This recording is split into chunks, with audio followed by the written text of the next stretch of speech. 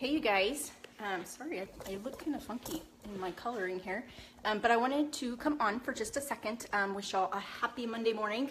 I just finished my workout. My kiddos don't have school today because it's a teacher work day, so I kind of woke up a little bit later than I normally do and haven't jumped in the shower and got my day going yet. But a few thoughts as I did my workout this morning about things that have held me back, and what I see most often in people that I talk to who are kind of wanting to make a change, but then ultimately decide not to.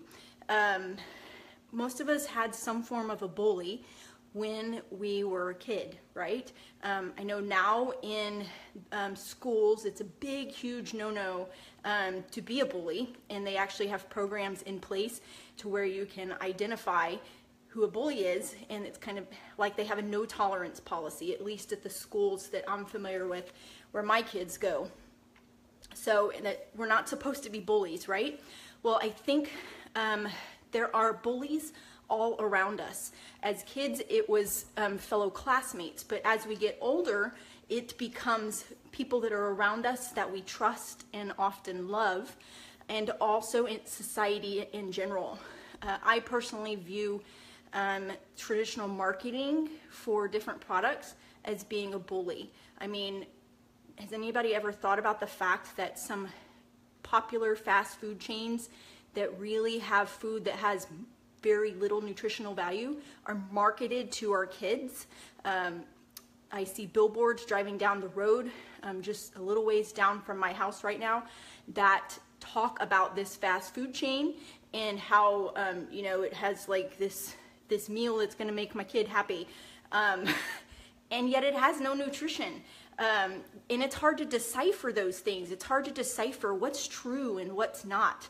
And I don't know how, you know, like, how do we get away with that in marketing? How is it that someone can make a claim when it's not true? So we have to kind of become our own little bully to the world and investigate those things, think about them beyond the face value of what that marketing is trying to tell you, and you know, be your own bully for your own life and for the life of your family and your children. Another bully that I have seen in my own personal life is having a family member who maybe you talk to about making a change, that you really want to make this change in your life, and you're considering purchasing this program, and there's this girl on Facebook, and you've really been watching her and you kind of want to do it, but you're a little bit scared, and you mention that to this person that you trust in your life, and because they are happy in their comfort zone and don't have the same discomfort in their body that you are currently feeling, they discourage you. It may not be an outright you know, like, oh, you shouldn't do that. Sometimes it could be like, oh, you know, but this has this, and then you'll have to give up this. I mean, I've seen that, and I see that in everybody that I talk to. Hey, whoever's on here, tell me hi so I know you're here. And I hope you're having a great Monday morning. But family members and people that are close to us can be the most discouraging because we trust them, because we've let them into our inner circle. And oftentimes it's not that they are intentionally being discouraging, but they are in their comfort zone, and it scares them to think of you going and changing and kind of getting out of your own comfort zone, because it might mean that they have to change too. The last form of bully that I see and that I have experienced myself is our own inner bully. I've posted about it in the past. I call it my inner mean girl. There's actually a book titled, I think it's Inner Mean Girl, that I read that talks all about this, that sometimes we are the biggest bully in our life, that little voice inside of us. And maybe it started with a bully when we were kids.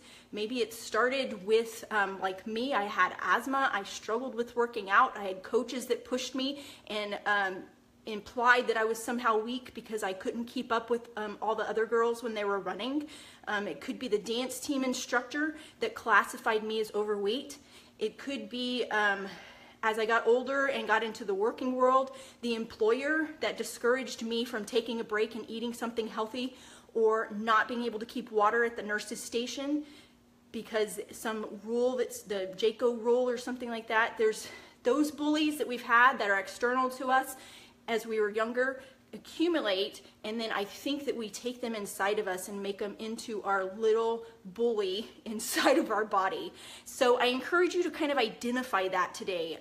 Mondays are often a day where I think of it as kind of a mindset exploration day, because most of us, it's the start of our work week. Most of us, it's the start of, oh, here's another week to get through. So we have to take hold of our mindset. We have to be the ones that decide that we're going to change.